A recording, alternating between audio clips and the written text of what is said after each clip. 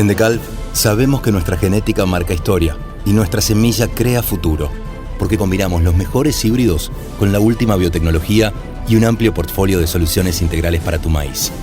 Por eso, si es maíz, es DeKalb.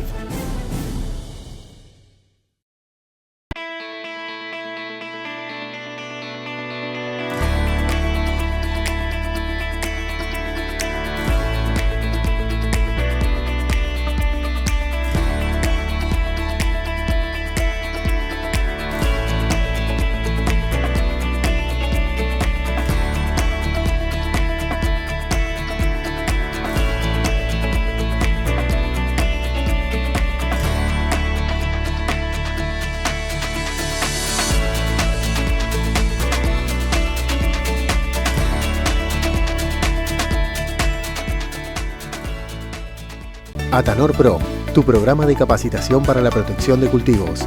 Aprende todo acerca del manejo de malezas, enfermedades e insectos. Contactanos por WhatsApp y sumate al programa. Atanor, 86 años junto al productor argentino. Elegí siempre la revolución genética para tu campo. Somos KWS. Más agro, más grano, más leche y más carne. Sembra los híbridos que son de otra generación. Con toda la genética y agronomía. Vos elegís.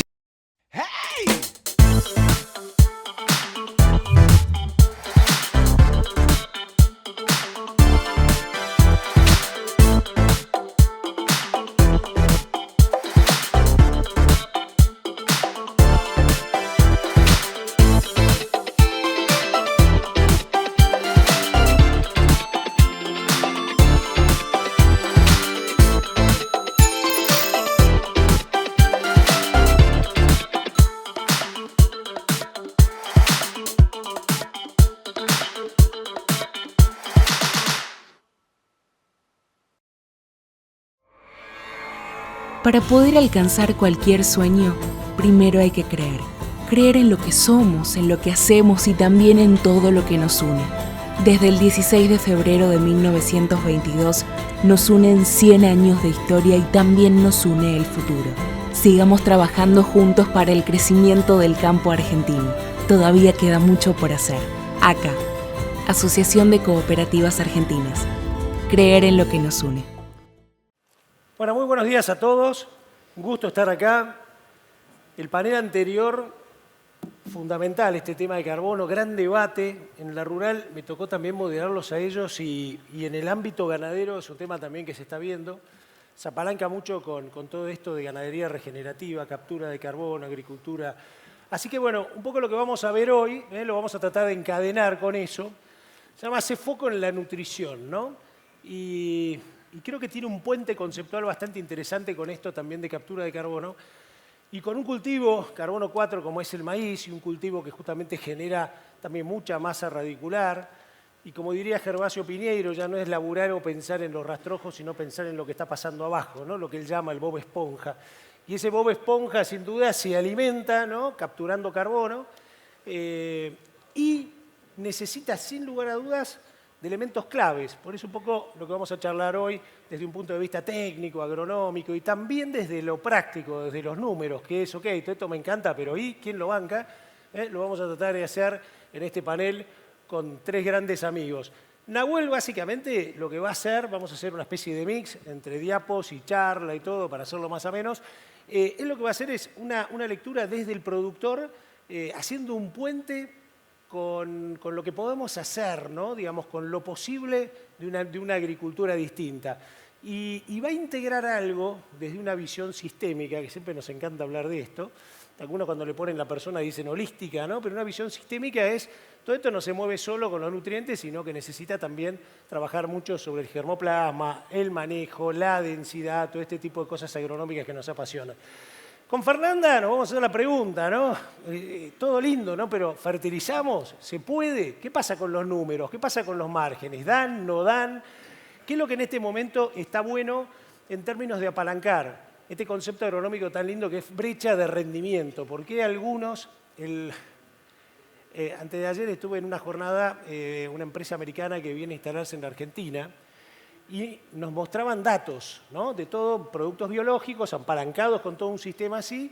Claro, yo me quedaba, y no eran lotes chiquitos, tampoco eran 1000 hectáreas, ¿no? En Brasil, 39 toneladas de maíz. Yo decía, wow. Yo me acuerdo cuando uno remaba, ¿no? Con todo esto como para lograr 15, 20, 39 toneladas. No es que todo el mundo lo hace, pero está la lógica, está el modelo y el germoplasma da, ¿no? Y lo que me voló la tapa de la cabeza es 15, 16 toneladas en soja, ¿no? Bueno, cuando uno se pregunta por qué Brasil es una locomotora que va por acá, me parece que hay muchas fórmulas y me parece que mucho va a estar en lo que vamos a ver acá. Y por supuesto vamos a ver esto, estas brechas las tapamos ¿cómo? ¿Con qué números? Y con Fernando, a quien yo lo llamo un famoso nutriciólogo, el tipo es un maestro en esto, lo ha trabajado siempre y vamos a ir al punto, ¿no? Bueno, acá no es solo nitrógeno, es fósforo, es azufre, es zinc, es boro, es el pH de los suelos, es toda interacción, ¿eh? Así que bueno, va a ser sin duda una charla agronómica, pero además de lo agronómico lo que tiene es el ser y el poder. Porque una cosa es hablar del marco teórico y otra cosa es decir, che, esto yo lo puedo hacer o no lo puedo hacer. Así que voy un poco a la primera pregunta, ¿no? Y acá hay muchos productores. ¿Qué información necesitan hoy los productores? Nahuel, Fernanda, Fernando, ¿no? Para los que por ahí no se acordaban. ¿Qué información necesitan? Sobre todo pensando en esto, estamos hablando de maíz, ¿cómo mejorar esa productividad? Y te voy a desafiar a los 39 toneladas por hectárea, a ver, ¿se podrá? No sé si vamos a llegar a las 39, vamos a tratar de media hora más de charla. Por ahí, primero, bueno, muchas gracias por la presentación, la pregunta. Buen día a todos los presentes y los que están conectados remotamente. En lo personal, un placer estar compartiendo este panel con las dos jefes de la nutrición del cultivo, Fernando y Fernanda. Un poco volviendo, ¿no? Y asociado un poco a la pregunta que nos planteaba acá nuestro moderador, Ricardo. Es decir, hoy, ¿qué información nos está demandando el mercado? ¿Sí? Asociado principalmente al productor, al que opera y hace el día a día del agro argentino. Nosotros, como equipo de desarrollo de productos desde Bayer, lo que hacemos es trabajar muy de cerca con el productor, trabajando día a día y sobre todo entendiendo cuál es la necesidad del productor para mejorar su manejo agronómico de su lote de maíz.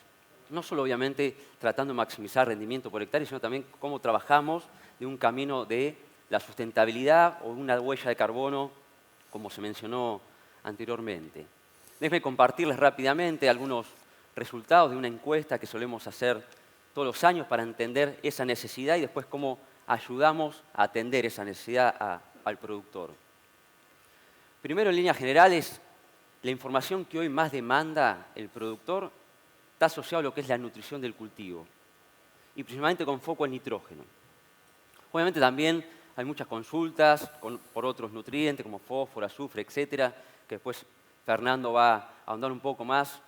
Lo importante que es trabajar con una visión de una fertilización balanceada. El segundo factor que hoy más demanda el productor en cuanto a información es el manejo de la densidad, es decir, cómo ajustamos la recomendación de densidad para cada híbrido y cada ambiente con foco en el concepto de densidad variable dentro del marco de agricultura de precisión. Y el tercer factor que más se necesita, más se demanda, es la genética, el germoplasma. Cómo el productor selecciona la mejor genética adaptada a ese lote, no solo buscando rendimiento, sino estabilizar al cultivo de maíz como una visión sistémica. Entonces, el concepto de esta presentación y principalmente de este panel es ahondar en los tres principales componentes, cómo interaccionan esos componentes, cómo se trabajan para después acercarle una solución o una recomendación al productor. Que en definitiva esos tres componentes son los componentes o los jugadores claves que gobiernan la brecha de rendimiento en el cultivo de maíz en Argentina.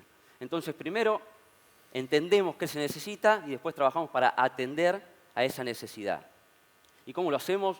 Con un equipo técnico que obviamente opera a nivel país, generando protocolos técnicos, desarrollando redes de ensayos que van desde germoplasma, entendiendo cómo opera cada germoplasma en el lote, acompañando de prácticas agronómicas, etcétera, para nuevamente llegar con una recomendación.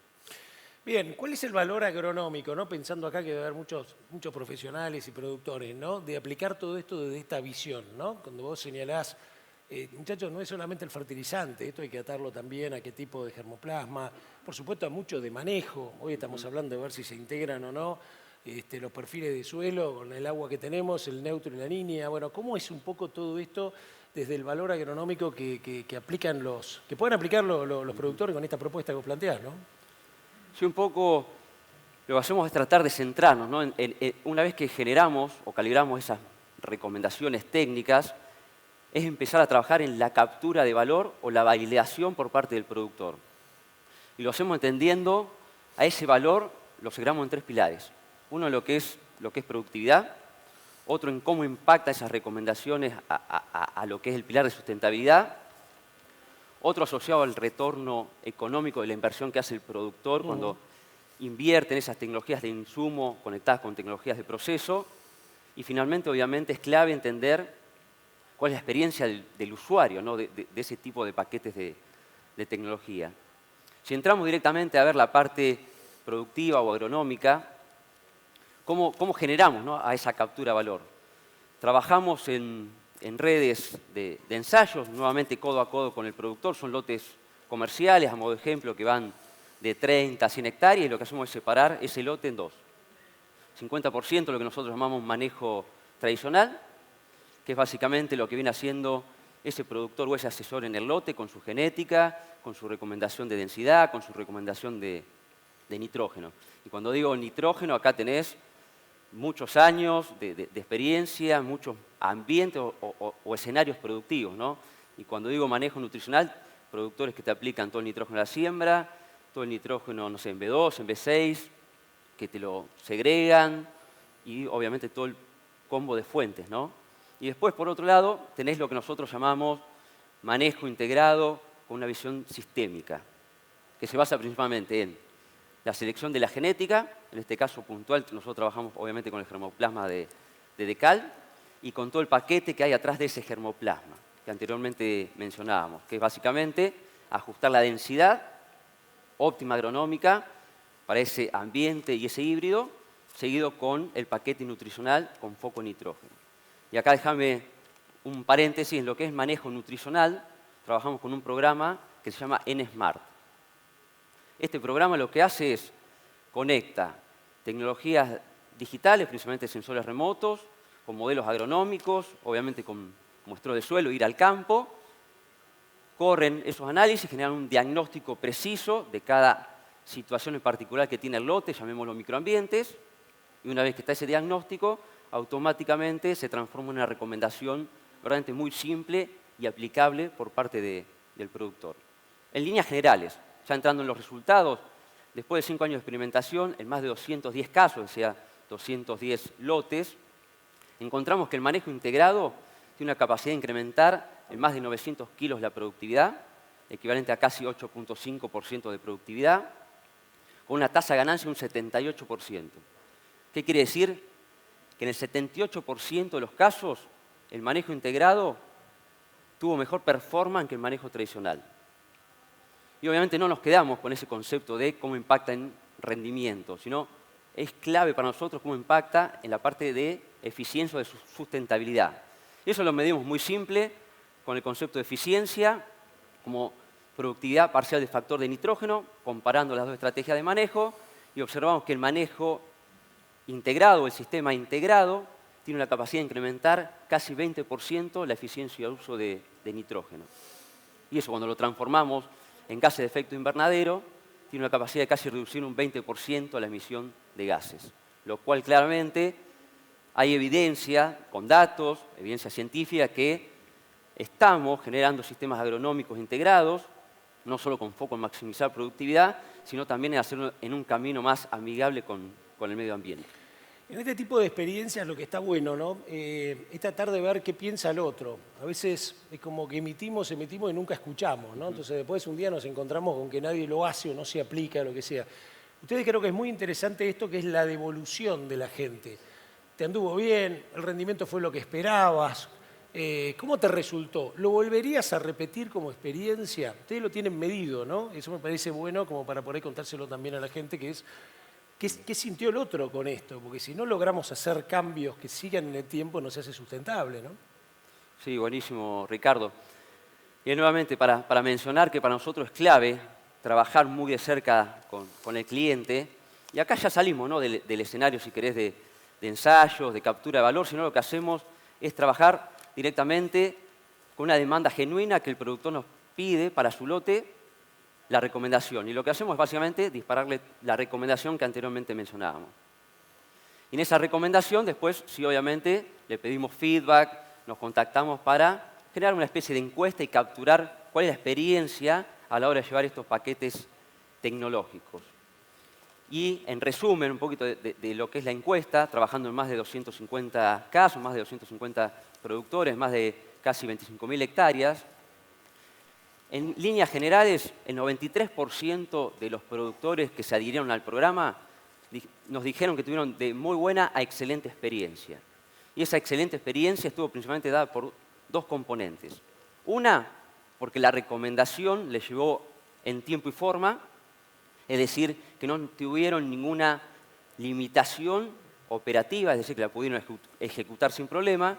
Y la otra, que al final del ciclo productivo del maíz pudieron capturar algún beneficio, ya sea por rendimiento o ahorro de costos de insumo, que está dado obviamente por la eficiencia de la utilización de recursos. Y una métrica clave para nosotros es muy buena cuando le preguntamos si el año siguiente... Claro, ¿lo volvés a hacer? Lo volvés a hacer. Y casi un 80, 90% de los productores nos dijeron que el año siguiente van a volver a sumarse a esta experiencia. Esto creo que es válido porque hay una ley famosa en el comercio que es probar, comprar, recomprar y fidelizar, ¿no? Y acá en este tipo de prácticas, sin duda, cuando nosotros queremos que en el tiempo siga, si no estamos en la moda, ¿no? Che, capturo carbono y el año siguiente no lo hago, fertilizo y el año siguiente no, es cómo logro que mis propias variables de manejo, económicas, etcétera, sean sostenibles en el tiempo. Y acá Fernanda, como directora ejecutiva de Fertilizar, que es una institución, yo soy fanático de las instituciones, seguramente ustedes también, ¿no?, que nos permiten tener buena información e información justamente salida de lo que está pasando en el mercado, ¿no?, con los productores, incluso hasta cuando tuvimos problemas de importación de nutrientes y todo. Así que un poco mi pregunta, Fer, es que nos muestres los números, ¿no? ¿Qué está pasando? ¿Conviene fertilizar? ¿No conviene fertilizar? ¿Cómo andás con el aparatejo ese? Vamos para adelante. ¿Querés que te pase de acá? Te ayudamos. Si no, desde allá, desde tablero de comando, señor director. Ahí está. Muy bien. Está. Vamos al contexto. Bueno, ¿se escucha? Sí. Lo que nos propusimos hoy en el panel era tratar de, aprovechando a Nahuel y a Fernando que iban a hacer, digamos, que nos iban a hablar bien de la tecnología y de las herramientas, era ver si estas herramientas hoy tienen chance. Cada vez que encaramos una campaña, lo primero que pensamos hacer son los números. Y la primera respuesta es: los números no dan. Entonces, bueno, a ver, ¿por qué no dan? ¿Qué nos está pasando? Es como un clásico, ¿no? A todos nos pasa en todos los aspectos, pero es sentarnos a analizar los números.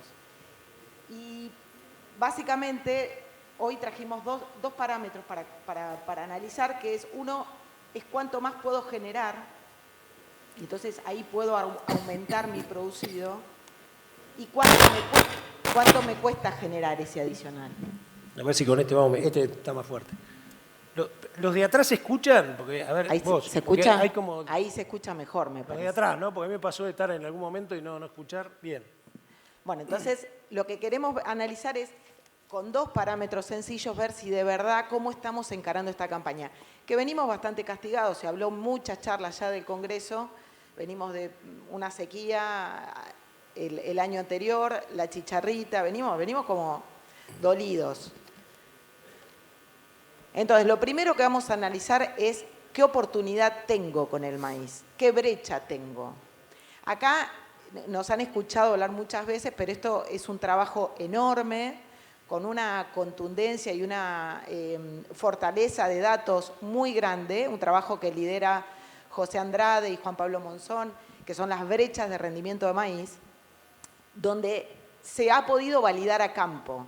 No son datos que quedaron en un modelo, la primer publicación estaba basada en un modelo, después se validó a campo. Muchos que tenemos datos de ensayos a campo hemos puesto nuestros datos a disposición. Entonces, este dato es un dato muy real. Esto no nos estamos comparando contra esos maíces de 39.000. Entonces, ahí está bien claro cuánto producimos en el actual, el frecuente, entre todos nosotros, con las cosas que hacemos hoy, con las tecnologías como las manejamos, y cuánto podríamos alcanzar. Pero ese alcanzable no es el 100% de la brecha, sino que es el 80%. O sea, estamos siendo conservadores. Pero es un desafío, evidentemente. 4.000 kilos más por hectárea es un desafío. Y cuando miramos, correlacionamos ese rendimiento con el manejo nutricional, que es nuestro foco, decimos, che, pero este manejo actual, ¿qué cantidad de nutrientes requirió? Y el manejo alcanzable, ¿cuánto va a necesitar? Y entonces ahí encontramos una brecha de nutrientes. Es lo que llamamos brecha de nutrientes. En gran medida, esta brecha de rendimiento está explicada por nutrientes, ¿no? Entonces, ahí decimos, tenemos una brecha todavía del 35% en promedio. Hay lugares donde la brecha, ahí está en el mapita, es mucho mayor.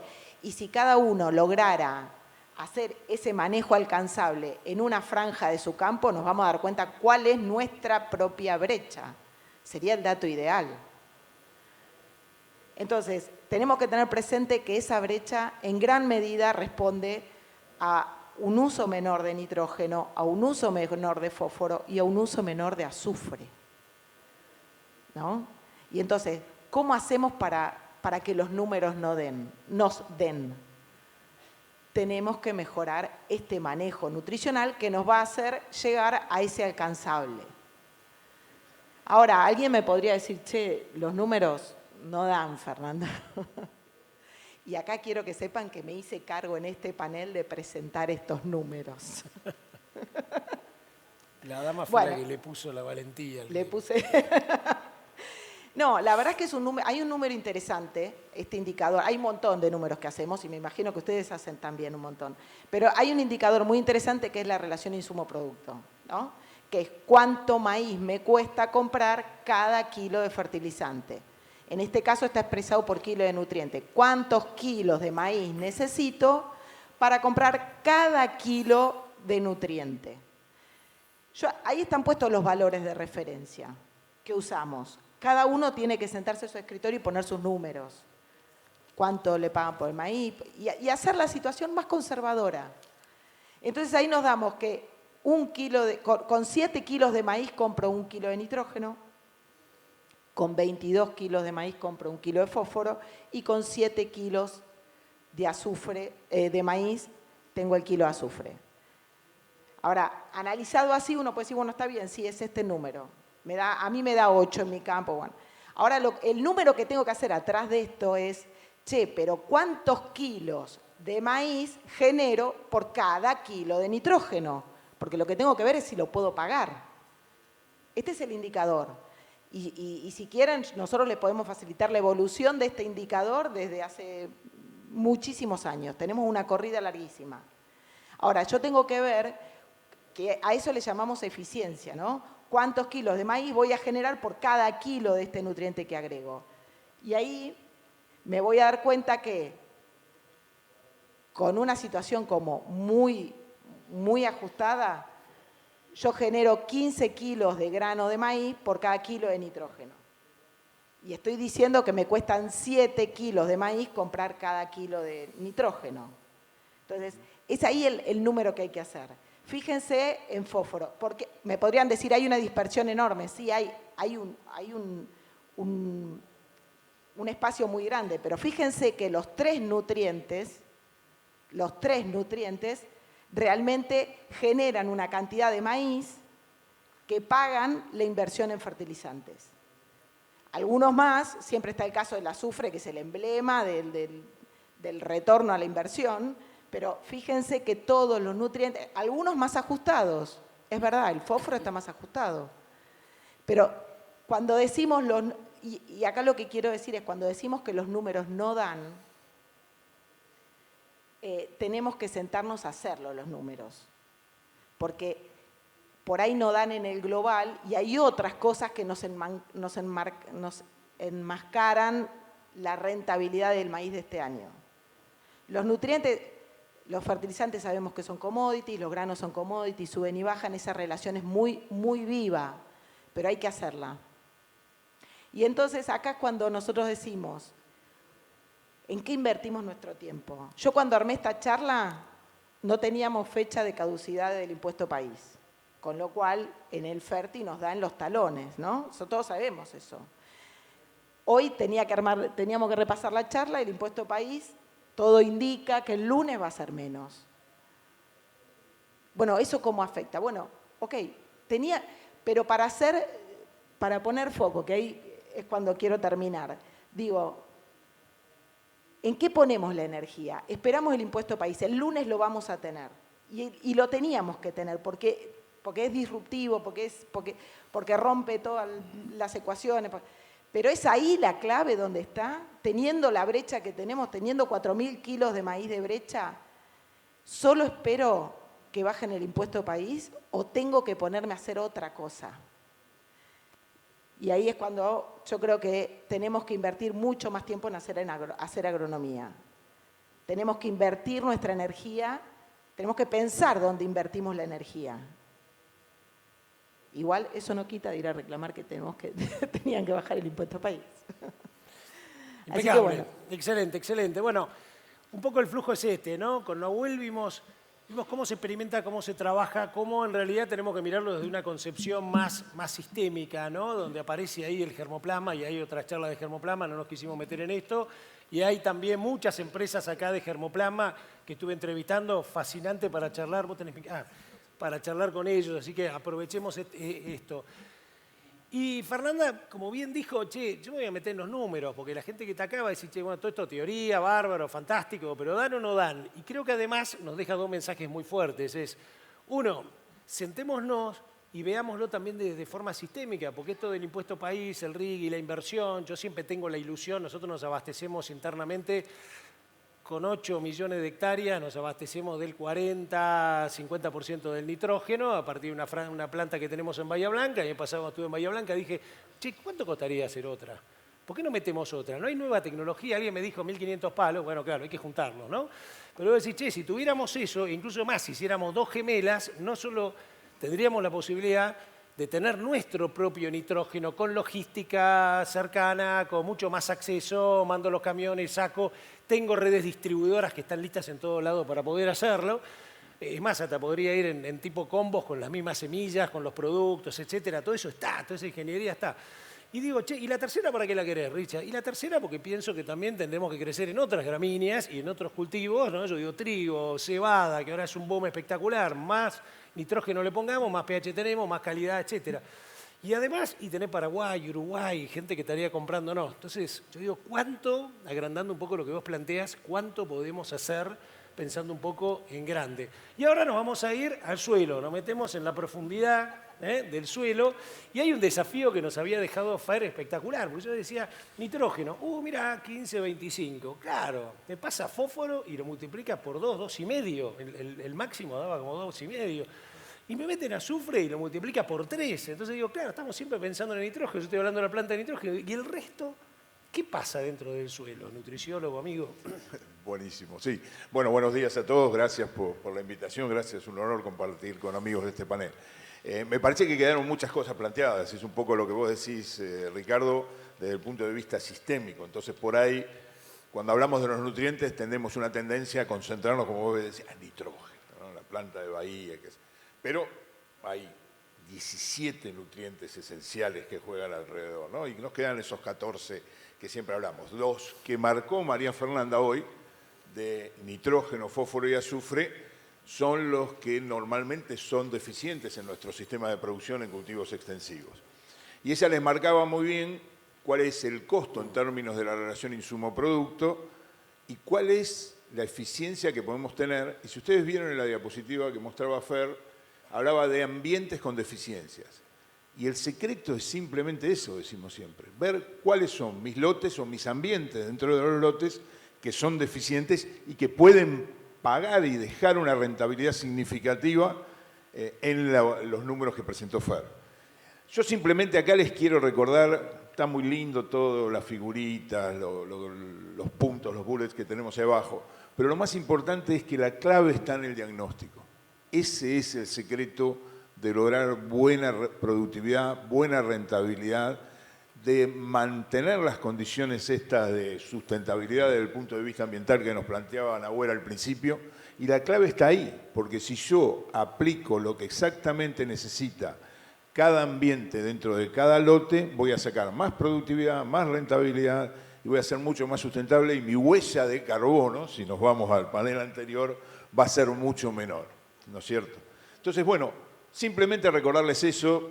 Ustedes muchas veces hablamos de todos esos puntos, no los vamos a conversar hoy. Algunos de los que utilizamos como herramientas para la toma de decisiones están listados ahí, o pretendí que fueran los principales, ¿no es cierto?, empezando mucho de la mano del análisis del suelo. Otro punto que creo que también marcaba Richard cuando introdujo el panel fue cuáles son los otros que se vienen. Y un poco Nahuel lo planteaba más allá del nitrógeno. Hablamos de fósforo, hablamos de azufre. Fósforo siempre decimos que son los cimientos para un gran cultivo. Azufre es el plus con ese retorno tan interesante que habíamos. Pero hay otros más dando vuelta. Yo ahí les digo, bueno, se vienen o ya son deficientes. El semáforo rojo de zinc y boro ya está. Muchísimas zonas, ustedes lo saben bien, se ha presentado incluso en el congreso anterior que se hizo acá en Córdoba, los problemas que tenemos de zinc, lo presentó en esa oportunidad Gabriel Espósito, pero ya llegó a toda la región pampeana, que es un poco lo que muestran los mapas de deficiencia que están en la diapositiva. Algo similar estamos viendo en el caso de boro, y les dejo ahí como un semáforo amarillo, que en algunas zonas ya se está tendiendo a rojo, los problemas que pasan de la mano de los cationes. Les recuerdo, los cationes son calcio, magnesio, potasio. Lo definimos ahí o lo compilamos a través del término de pH, es decir, la acidez o alcalinidad de un suelo, ¿no es cierto? Y cuando hablamos específicamente, y estamos en la región centro, no exactamente en el lugar, pero hablamos de cationes, acuérdense del problema de potasio en Entre Ríos, para los que son de más al este, ¿no es cierto? Que ya es una realidad también y es un semáforo rojo. Un poco, entonces, clave en el diagnóstico, tener en cuenta estos nutrientes, estas condiciones en cuanto a la nutrición del cultivo, pero estamos, como de vuelta bien decía Ricardo, en un sistema mucho más complejo, tenemos que tener una visión mucho más sistémica. Si me remito un poco a decirles, bueno, ¿cuál deberíamos ser o cuál debemos estar pensando en el manejo de la nutrición? En realidad la nutrición tendemos a decir siempre que es la cuarta pata de ese manejo sustentable del suelo, que obviamente necesita imperiosamente el manejo de rotaciones, el manejo de siembra directa, el manejo de cultivos de cobertura. Y cuando incorporamos al cultivo hay todas las otras prácticas de manejo o los factores de manejo que estamos discutiendo alrededor de este congreso y de muchos otros congresos, y en particular en estos 2 días.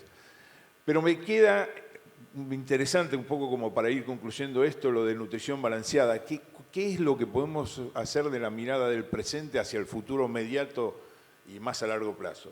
Mejorar eficiencia y efectividad en el uso de nutrientes, ¿sí? Eso es, primero, el diagnóstico, pero también es, por ejemplo, fraccionar el nitrógeno, monitorear el estado de nitrógeno de los cultivos, en este caso en particular de maíz, a lo largo de su ciclo. Tecnologías de procesos, ¿sí? Estamos hablando de nutrientes, no nada más que de fertilizantes. Los cultivos de cobertura que me aportan nitrógeno al sistema es una tecnología de procesos que genera un nuevo insumo, no es el fertilizante, ese nitrógeno va a venir por otra vía, lo sumamos. Entonces ahí abrimos fuentes tradicionales, fuentes alternativas. Estamos viendo muchísima información ahí, nuevos fertilizantes, fertilizantes modificados de menor impacto ambiental.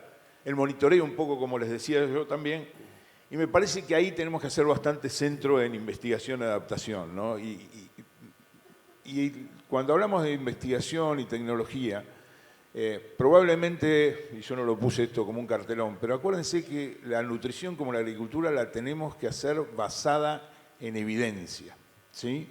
Necesitamos los datos, se habló bastante en el panel anterior, y la información científicamente probada, también se habló en el panel anterior de Huella, para adoptar, promover y captar las ventajas comparativas que me da. Y el último punto es innovación. ¿sí? Yo ya estoy en un recodo un poquito más al final de una carrera agronómica. Me extraña. Me quedarán unos 40 años más por delante solamente. Pero innovación es siempre interesante, ¿no? A mí me parece que es lo que nos lleva siempre a desafiarnos y a generar oportunidades.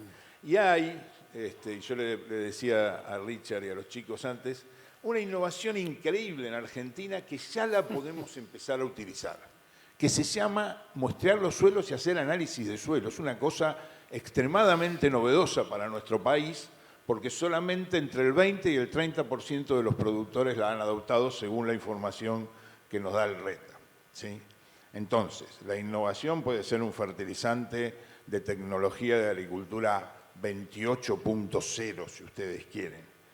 Pero Mafalda me diría, está un poquito atrasado el progreso porque todavía no empezaste con la base, que es analizar tu suelo y saber qué nutrientes hay disponibles para el cultivo que vas a hacer esta campaña y los que vas a hacer en las campañas futuras.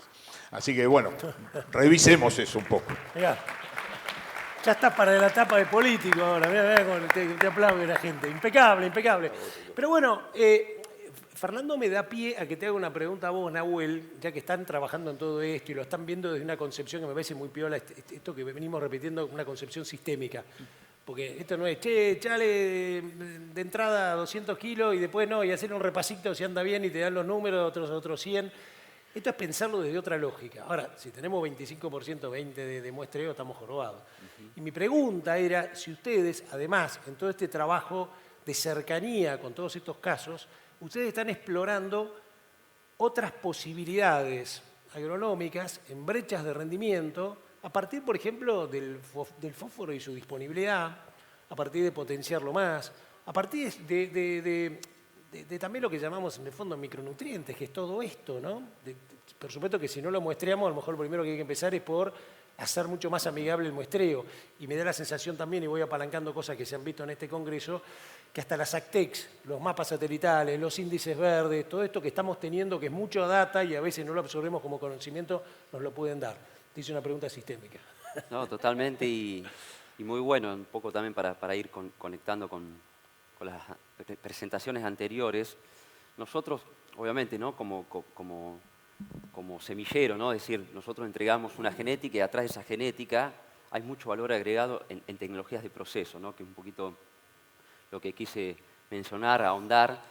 Y gran parte, ¿no? de toda la agronomía que se le hace después al lote, lo que traccionamos mucho y complementamos mucho es ya toda la información, ¿no? Que está hoy disponible, sobre todo asociado a fertilizantes, ¿no? O al manejo nutricional de lo que hizo obviamente el INMI, lo que hace el CREA, lo que hace fertilizar y todas las otras, ¿no? Instituciones. Entonces nosotros generalmente conectamos, utilizamos datos que ya están generados y lo que hacemos muchas veces a ese tipo de modelos de diagnóstico es sumarle otros factores, ¿no? Que vos decías de visión de sistema, que es lo que mostramos.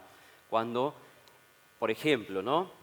El híbrido, no todos los híbridos responden de la misma manera al manejo de nitrógeno. Entonces, cuando uno pone el híbrido en la ecuación, muchas veces cambian, ¿no? los modelos de diagnóstico, de recomendación, como así también la densidad. Obviamente, no es lo mismo cuando uno está trabajando en ambientes con 80.000 plantas que con 40.000 plantas. La eficiencia de recuperación de ese nutriente es distinto.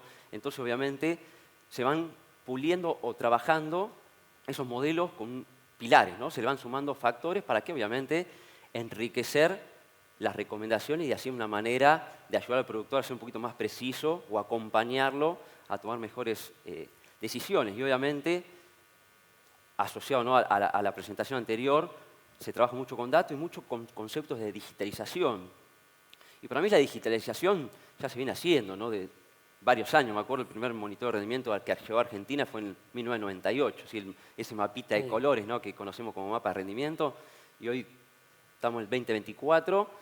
Seguimos trabajando, me parece que todavía falta bastante, pero queremos conectar todo ese concepto de digitalización, porque son tecnologías de proceso y sobre todo muy baratas.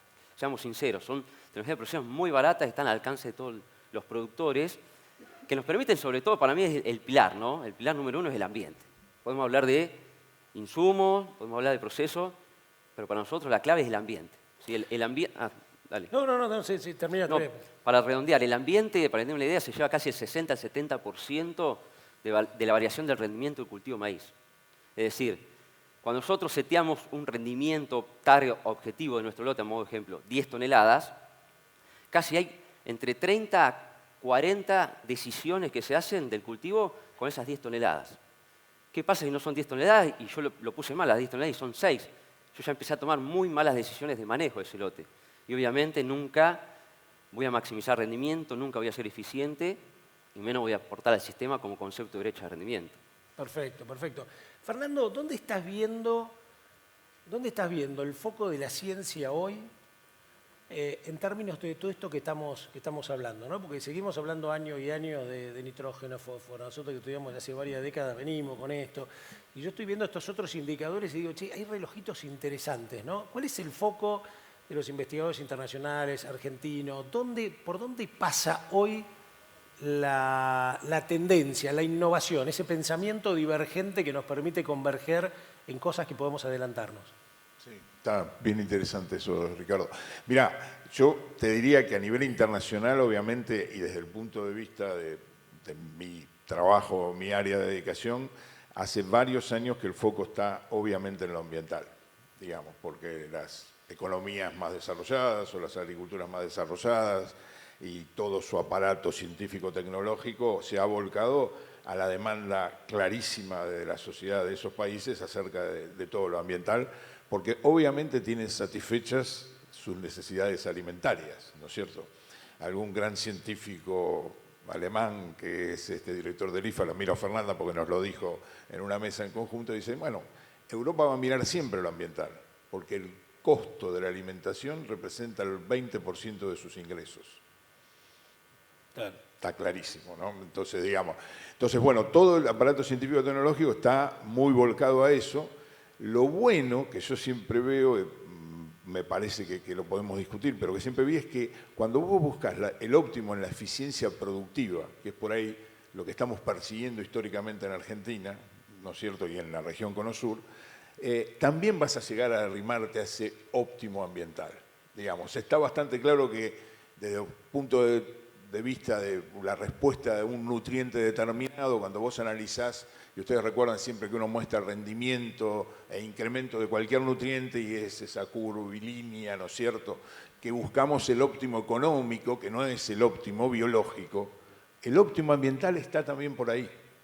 Entonces, captar la información que se genera a nivel de punta, que creo que es un poco lo que vos me estabas queriendo preguntar, es importante. ¿Qué aparece ahí? Bueno, desde el punto de vista de nutrición, un poco yo lo mencioné rápidamente, los fertilizantes de eficiencia mejorada, la utilización de minerales locales, los reciclados. Ahí tenemos un potencial acá, en particular, que a mí me interesa muchísimo. Es decir, ¿yo qué hago con los efluentes de un tambo, que son un problema, o con una cama de pollo y no la tiro? Yo no quiero que la tiremos, quiero que la apliquemos, ¿sí? Va a presentar otros desafíos todos esos reciclados, seguramente. Lo de los cultivos de servicios y ese aporte que hace al sistema de nutrientes, la diversidad microbiana que eso puede mejorar y podemos hacer más eficiente el uso de los nutrientes que tenemos en el suelo y eventualmente lo que apliquemos por cualquier otra vía, ¿no es cierto? Y desde el punto de vista ambiental, un poco creo que siempre está y se debe haber discutido acá, es en esos fertilizantes, y volvemos al insumo clásico, la posibilidad de producir fertilizantes con nuevas tecnologías, hidrógeno verde y todo eso, de mucho menor impacto ambiental o huella de carbono, como vimos hace un rato, ¿no? Qué apasionante todo lo que tenemos por hacer, ¿no? Yo siempre soy un fanático del vaso medio lleno, ¿no? El tipo que dice, mirá, no me queda nada, y el otro que dice, no, flaco, mirá todo lo que tenemos para hacer, ¿no? Bueno, esta charla, yo diría, cuando pensaba en alguna síntesis, uno puede decir, tiene un poquito de técnico, tiene un poquito de realidad, pero sobre todo tiene también la bajada a tierra, ¿no?, de lo que está pasando o lo que nos pasa en términos de números, porque todos manejamos un Excel o algo por el estilo y vamos llevando los números. Tengo la última. Y acá vos tenés muchos años en esto y lo tenés como sensación, Fer, que es, ¿qué elementos han tenido una correlación positiva para que un productor, un técnico seguro, pero un productor y el técnico pueda estar más atrás de ese productor en términos de aplicación de tecnología, de procesos y de insumos? Y me baso vos en insumos, ¿no? Te tiro una pista que yo pienso, qué sé yo, no sé, el día que un gobierno dijo, sacamos las retenciones de maíz, sacamos las retenciones de trigo, gramíneas no van a tener y soja la bajamos un poco. Me parece que ahí en 1 o 2 años hubo una correlación con esa demanda, ¿no? Hay distintas condiciones, porque vos decís, che, en este momento relación insumo-producto da. A principio de año, cuando estábamos por hacer trigo, no daba. En febrero, marzo, vos decías, hace trigo, ahí 195 mangos, dice 195 dólares, estaba el fertilizante alto, bajó. Hoy la relación es mejor. La pregunta es, ¿qué cosas son los que motivan a hacer esto? ¿Pasa por el precio, pasa por la accesibilidad o pasa por la bocha del productor? No, yo creo que hay muchas variables que influyen en las decisiones. Siempre decimos con Fernando, es mucho la información que el productor maneja y yo voy con mis indicadores. Pero realmente creo que cuando uno mira, pensando en la tecnología de la fertilización y tomamos como indicador el consumo de fertilizantes, claramente los años, digamos, lo que mejor ajusta es la disponibilidad hídrica, que nos haya llovido, bueno, ¿no? Que es algo que no manejamos, pero bueno, evidentemente va por ahí, porque mirá lo que te voy a traer. En el año 2021 la relación de precios era más desfavorable, este IP que les mostré era más desfavorable que hoy. Pero llovió. Pero teníamos humedad y teníamos alguna inercia. Yo creo que el productor ha metido las gramíneas en la rotación y no las quiere sacar, no las quiere bajar. Se dio cuenta del beneficio de tener trigo y maíz en la rotación y lo defiende. Y la preocupación de hoy, batiendo un parche, pidiendo que se regularice una situación, tiene que ver con eso. Pero cuando vos mirás qué ajusta, y para mí es primero esto, el ambiente, ¿no? La humedad, y después creo que algo que ha jugado en contra es el precio, el valor absoluto del fertilizante. La sensación de que el ferti está caro, y que no es una sensación, puede ser que evidentemente está caro, pero hay que mirarlo asociado al valor de lo que produzco. Entonces, creemos que esa relación de IP es mejor indicador. Y de hecho, se ha usado mejor el fertilizante, mejor la tecnología, en años donde la IP era más desfavorable que ahora. Pero no teníamos esa sensación. Era más desfavorable por ahí con un fértil más barato incluso, pero el grano también estaba mal. Entonces, hay cosas que hay que ajustar. Y hoy trajimos ese indicador que me parece que para mí es el que más ajusta. Algo que te quería comentar que vos dijiste antes, ¿no? Que por qué no ponemos una fábrica de urea y exportamos. Yo decía, estamos todos contentos porque en algún momento vamos a exportar gas. ¿Por qué exportar gas? Sí, lo tenés al lado. ¿Por qué no? Sí. ¿Por qué no exportamos urea? Digamos, ¿no? ¿Cómo no le agregamos valor al gas? Sí, eso es una oportunidad espectacular. Yo un día se lo dije a un alto funcionario de ACA, le digo, ¿por qué no se meten en este? No se meten. Necesitamos gente grande o pule que lo hagan, pero yo en serio, yo veo no una, yo veo dos, porque si lo que necesitamos son dólares, tenemos países que están yendo aceleradamente en la producción y seguramente con la distancia tendríamos la posibilidad de vender. Bien, dicho esto, mira, antes que me lo digas, ¿qué dice ahí? 007, justo, mira, 007, impecable. Dos cosas nada más. Una, y esto en honor a los que son agrónomos o técnicos agrónomos o profesionales que están en esto, nunca cotizamos tanto. Ahí veo dos ingenieras están tomando mate, miran con los ojitos muy brillosos. Nunca cotizamos en mate, nunca cotizamos tanto.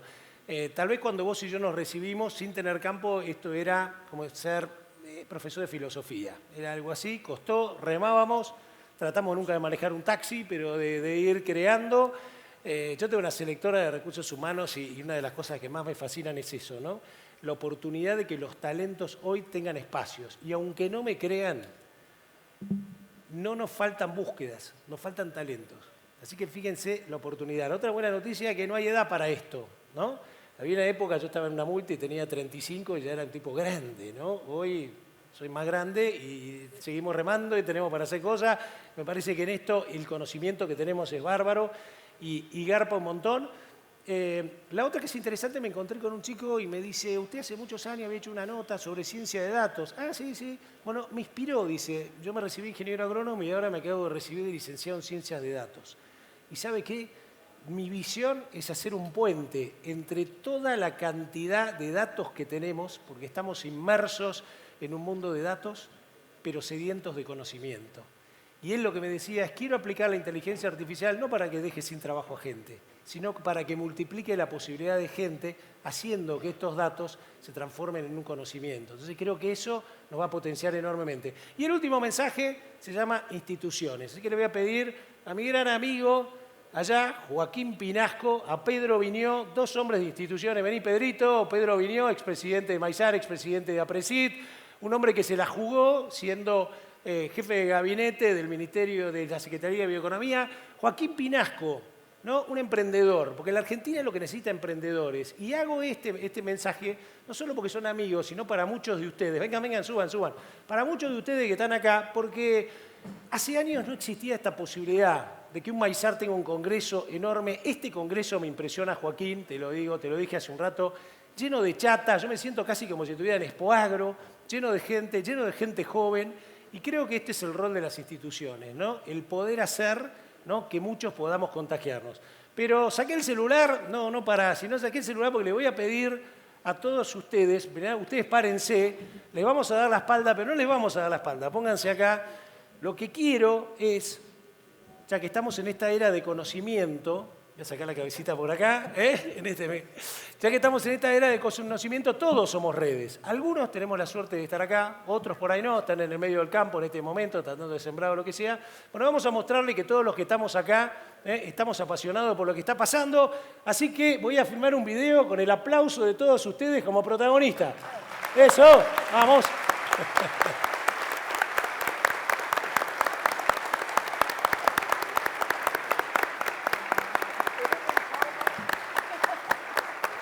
Me encantó. Muchísimas gracias a todos ustedes por estar acá. La realidad que es espectacular. Espero que les haya gustado. Creo que es una charla inspiradora. Nos deja muchas preguntas. Gracias. Nos seguimos viendo por acá. Bueno, muchas gracias a todos. No se vayan. Vamos a vivir un momento muy lindo porque justamente Joaquín Pinasco y Pedro Viñó tienen un reconocimiento para entregarle a Fernando García por su trayectoria en este preciso momento. Así que los invito a que se pongan ahí bien adelante.